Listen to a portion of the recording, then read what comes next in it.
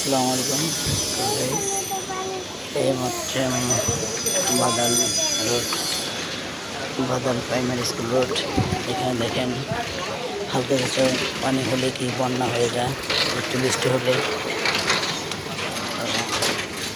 দেখুন এলাকার কি পরিবেশ, এলাকার কি দুর্ভোগ অবস্থা। এটা বাদাল ঢুকতে গেলে আমরা বাদাল প্রাইমারি স্কুল রোড সামনে, ছোটের প্রাইমারি স্কুলের সামনে রাস্তাটার অবস্থা কি।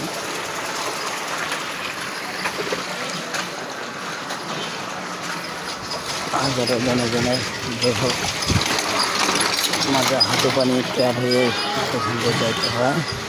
কী অবস্থা রাস্তা দেখুন, কী জনবল, কী অবস্থা রাস্তা, সবসময় পানি বেঁধে থাকে। পানিটা নিষ্কাশন করার অনুরোধ সবার কাছে, সবাই যেন এগিয়ে আসে পানিটাকে রাত্রে করা যায়।